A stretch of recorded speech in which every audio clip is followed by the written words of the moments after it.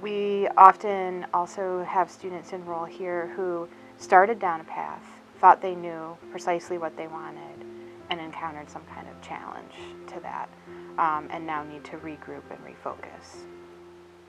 It's to your advantage to not know.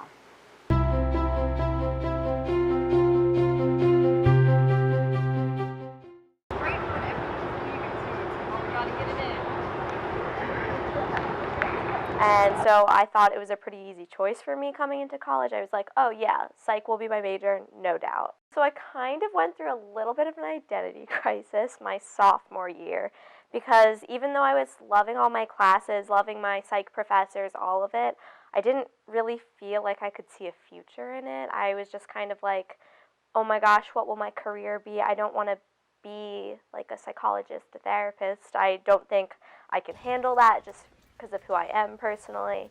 So I was just kind of like, okay, what do I do? So I originally came to school as DUS because I had no idea what I was going to do. I was supposed to be either an engineer or business, and I was like, I don't want to do that.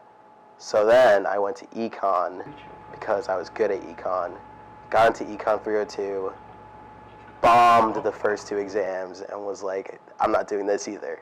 Dropped that class. Then I switched to IST because one of my good friends told me about it, and I was like, word, that's a move.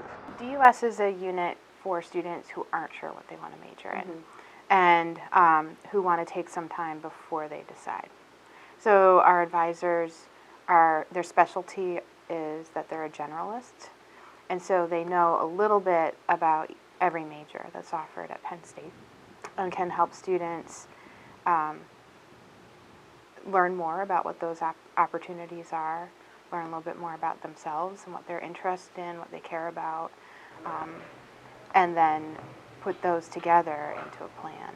So when students are interested in multiple things, as many students are, we can help them plan to keep all those options open while they take the time to learn more, talk to more people, think about their experiences, and make some decision. When I first chose my major coming into college, I had no idea what I wanted to do. I first wanted to do industrial engineering. It's like the business side of engineering. So I was like, okay, maybe just go into the business school because I know it's hard to get into. So if I get in, then I'll come to Penn State. If I don't, then I'll go somewhere else.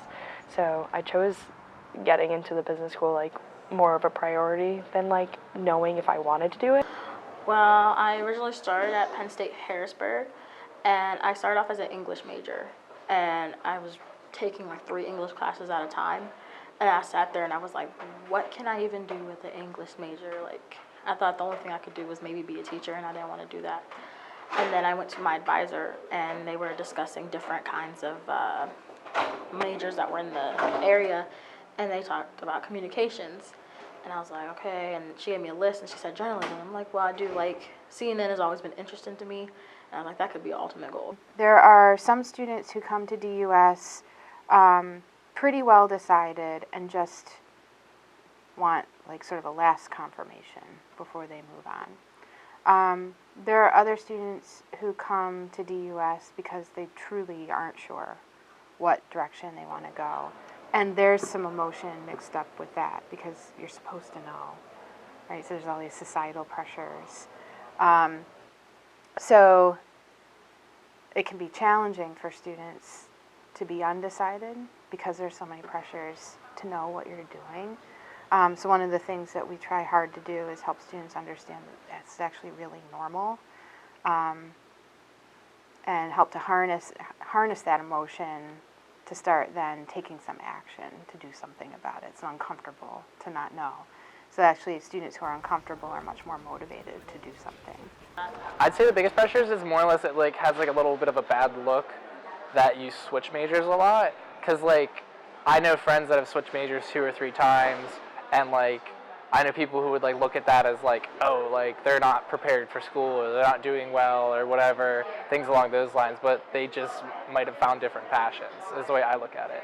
But I would probably agree that most people want to finish in 4 years, and I think people, beyond even just society pressures, I feel like people put that pressure on themselves too. But I kind of went off of my passions and just was like, okay, what career can I make out of the things I love to do, which is write and also to work with kids. Things are going very well now. I'm walking in May for CSD. At the end of May, I'll be going to London to intern, hopefully with Forbes. There I would be doing a bunch of different like journalism jobs, so getting the multifaceted responsibilities of the journalism field. And yeah, so I get to do pretty much everything that I've wanted to do. So I love how Forbes informs the public about different policies different corporations has, such as Like when I had like my NSO and stuff, they just wanted me to try out everything. But then like after a while, I realized like more and more people are like pushing me to pick one thing, stick with it, get it done. But then after a while, it didn't even matter because I still switched anyway. Learning experience, you know. Made me find out what I wanted to do.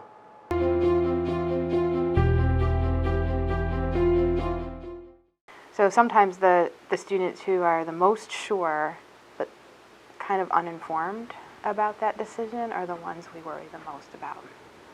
You have to be like interested in it, because then otherwise you won't want to go to work, you won't want to study for it. So like if you find that interest in that spark, like you'll want to do better and better yourself. That's why I like business, honestly, because like the business world is always like moving and changing, and you have to be like on top of your feet, like in that aspect. So I really like that it drives me to like stay updated and relevant, because that's how it is. So.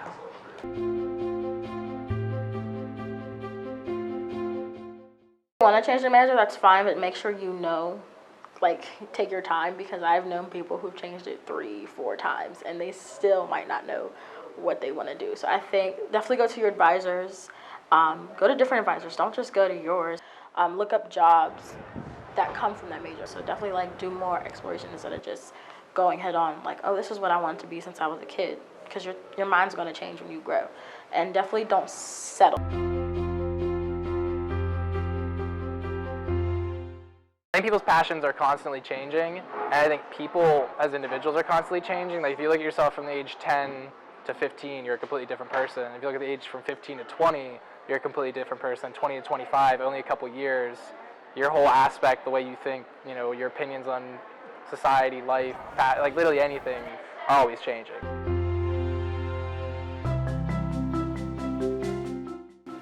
Would you say that finding the career choice or the career passion that is most suited for us takes time? 100%, yes. It takes a lifetime.